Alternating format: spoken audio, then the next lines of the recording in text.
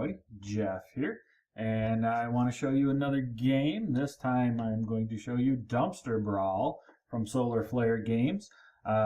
We've looked at a game from these guys in the past. We looked at Thrash Car and we reviewed that on the podcast.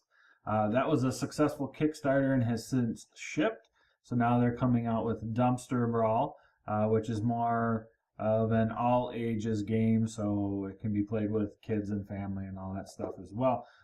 So what are you doing in Dumpster Brawl? Well, you have these animal characters here that you'll be playing, and you're basically fighting over the neighborhood dumpster to get the greatest treasures out of that dumpster. So I'm going to go ahead and show you like a mock game up around me, behind me here, of like 4 players. So I'll play out a 4-player game kind of, and let you know what's going on there. Again, what you're seeing from me here and behind me will be prototype. So these are not the final versions. I'm not sure, maybe some of the like artwork on the placards here is final, but the dice and all that kind of stuff is definitely not final. So a couple things, or one thing specifically that's missing off of the placards here is each character has like an affinity to a certain type of trash. And what you're trying to do now, another thing I should say is they've actually asked me to take a look at a version that is going to be added to the rules if a certain stretch goal is met, from what I understand. So I'm looking at the round rummage rummy version of the game, and that's what I'm playing out behind me. There's also King of the Hill and Free for All, and I'm assuming then like one of those or both of those are the main ways to play, or already included in the rules. As it's going up on Kickstarter, and the round rummage rummy version will be a version that will be added via a stretch goal. So they asked if I'd take a look at that version, and I did, and that's what I'm playing behind us. So these characters each have like an affinity to a certain type of trash, and how that comes into play is because basically in this version of the game, you're trying to collect 3 sets of trash, and 3 sets of 3 or more. So, for instance, here I've got a stuffed bear. If you have 3 stuffed bears, that's 1 set. You have the old boxes here, coffee cups, and so on and so forth. So you need 3 of those to make a set. Your character's affinity to trash type. So Boris here, let's see, has an affinity for popped balls. So if you can find a set of popped balls, you only need 2 of those cards instead of 3. Where I Scratch You has an affinity to takeout. So if you find 2 cards that are takeout cards in the trash, that's your set versus needing all 3. So, your other sets, if you collect other things, you still need 3 cards for. And basically, what you're doing in this game is you're rummaging through the deck, which is your trash pile. And on your turn, just real quick, go over what you do in this game because it is pretty straightforward. Your turn, you decide, and a lot of stuff is optional, and you decide how much. So when you first start, you're going to either draw 2 cards, draw a card and discard a card, or discard 1 or 2 cards. And you kind of make that decision before, you can't like draw 1 and go, oh, well, this is all I want, I'll discard 1. You go, I'm going to draw 2, you draw 2, I'm going to draw 1 and discard 1. I mean, you make that intention up front. But that's the first thing you do. The second thing you do is you attack someone. So you'll roll the attack dice. So the attacker will roll 6 dice, and they all have swords and also a minus symbol by the swords, or shields and a plus symbol in the middle of the shields. And it's a 50-50. 3 shields, 3 swords. So you'll roll the 6 dice, and you've already declared who you're going to attack. you put those, whatever swords you get, that's your attack value. So let's say I rolled 3 swords. I now have an attack value of 3 against that individual. They're going to roll 5, not 6, 5 defense dice. Same deal with the defense dice. They're 50-50 swords and shields. Same pluses and minuses, all that good stuff. So a defender will roll 5 defense dice. If ties, and they're looking for shields. So shield to sword ratio, that kind of thing. If there's a tie for number of shields versus number of swords in attack and defense, defender wins. If the defender has more shields, they win. And if the attacker has more swords, they win. So defender wins. They can take up to 2 cards from the player that attacked them, or they can discard up to 2 cards from their hand into that player's hand. And the reason you'd want to possibly do that is because when you do your sets, it's all of the cards left in your hand have to make up some form of those 3 sets. So you can't have extra cards in your hand. So it's another way to kind of get rid of some cards. So that's what happens if the defender wins or, ties. Ties are greater. So if the defender wins, that happens. If the attacker wins, they can take 1 card from the defender, or they can discard 1 card to the defender. And then they roll all 6 of the dice again. And this time, all shields that have the plus in the middle, they may, again, draw up to that many cards from the deck. So they can potentially get a bunch of cards that way. For any sword with the minuses on them they may discard cards from their hand. So it's a way to kind of cycle out your cards and try to get you to those 3 sets. And that's pretty much it. You rinse and repeat until you get to the point where all you have are sets. Now you can have, like, if I have 10 cans and I need 3, if I have 5, that's fine. You can have more, it just has to be part of a set. You can't have additional cards. I can't have 10 cards and pizza boxes and coffee cups and then still have like an apple core off to the side. That has to be out of my hand. And in this version of the game, that's how you win. So you keep going until that happens. So my overall thoughts on this one, at first I was a little, it was a little too simplistic for me. And then I kind of stepped back a little bit and remembered and looked at it again. It's a 3 to 6 player game, and they're looking at 6 and up for the age. So looking at this from something you play with maybe more casual gamers that like the rummy style thing, or something that you would play with kids, it's not a bad game. It plays quick, it plays fast. You don't have a ton of reading, right? Because even if you just, there's pictures and there's silhouettes of each up top. Sure, the cards are named, but there's not a lot there to worry about. You can get around that, and then of course your dice, shields, pluses, swords, minuses, all that good stuff. That's easy to kind of get going. And once you get into it, it's just rinse and repeat all the way through. Be pretty simple. Your big thing is going to be your decisions about when to take from somebody else, when to give to somebody else, when you want to draw more cards, when you want to discard more cards. So that's the big thing. Now, there were some cards I didn't use in the game behind me that you can add in that does have a little bit of wording to them, and those are boosters and blockers. Boosters, if you draw them, you will draw them into your hand and use them when you decide you want to use them. So for instance, the 2 boosters that I have here are, one is play and discard this card to draw extra cards during a rummage. You roll a single die. On a shield, you draw 1 card. On a sword, you draw 2 extra cards.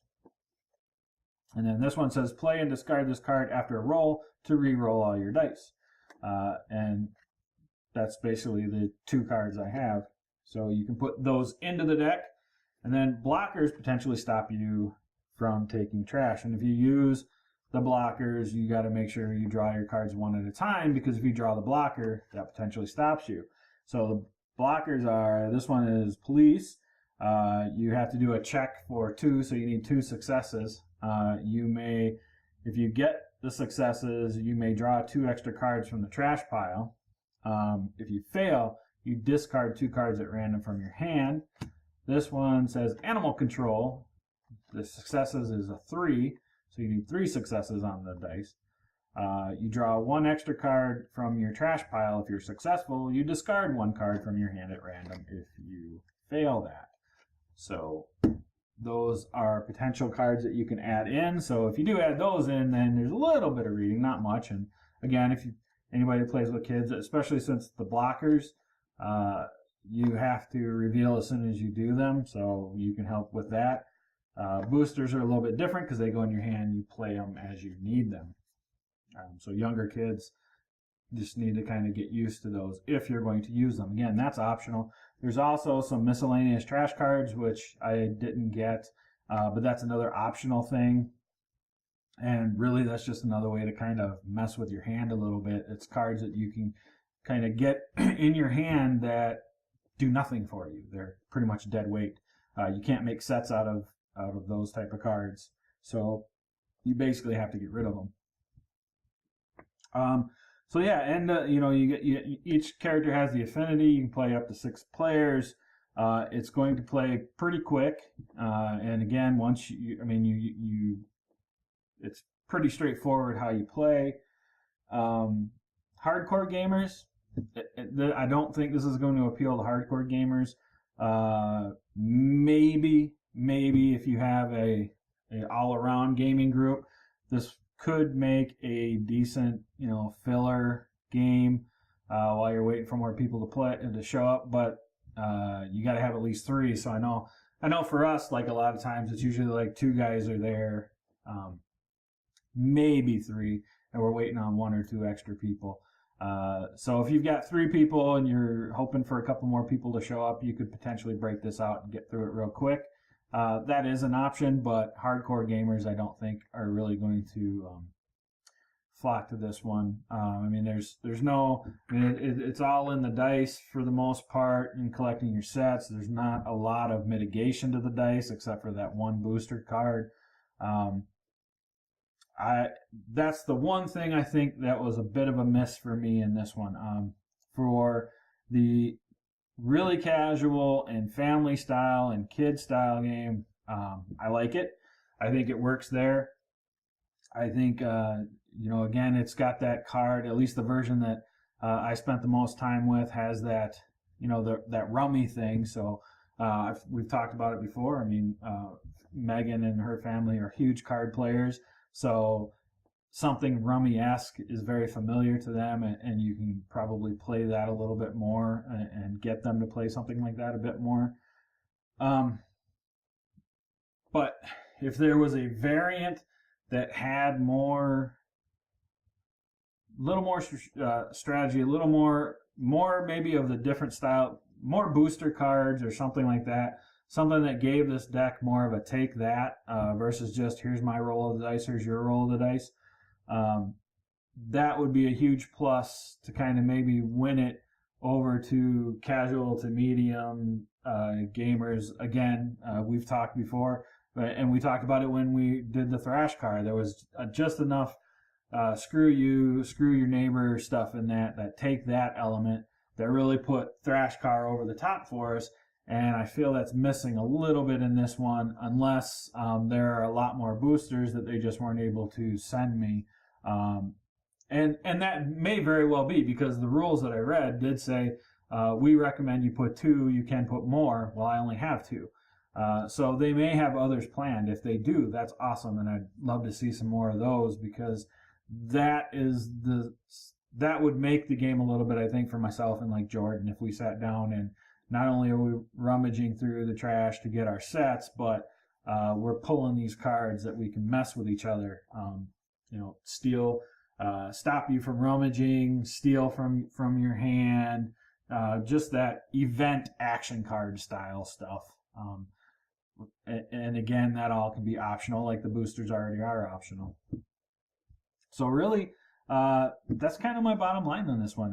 There's a couple of things maybe I'll point out now in the round rummage rummy version. I didn't really have to use these chits. And I think as the game comes, they're going to be doing the chits, but I believe they're hoping for a stretch goal to be more of a wheel. And I think this kind of comes into play in the free-for-all version.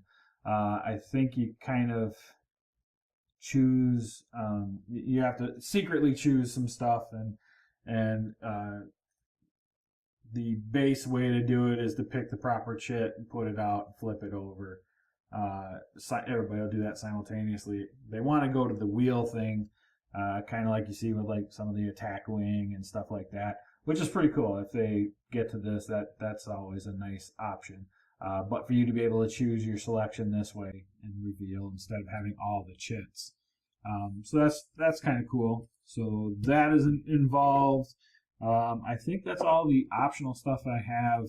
Booster cards, blocker cards, those miscellaneous trash cards. Nice hefty deck here. I believe it's like 90 some cards for your trash pile. Your placards that are going to have the name and the image, and I believe a little bit of like flavor text either on front or back, so a backstory of the characters. And then of course the part I'm missing, they'll have the affinity symbol for what type of trash they have an affinity for. So you got your bear, your rat, your moose, cat, possum, and raccoon. And if this is close to the 5, I mean, these are kind of cool.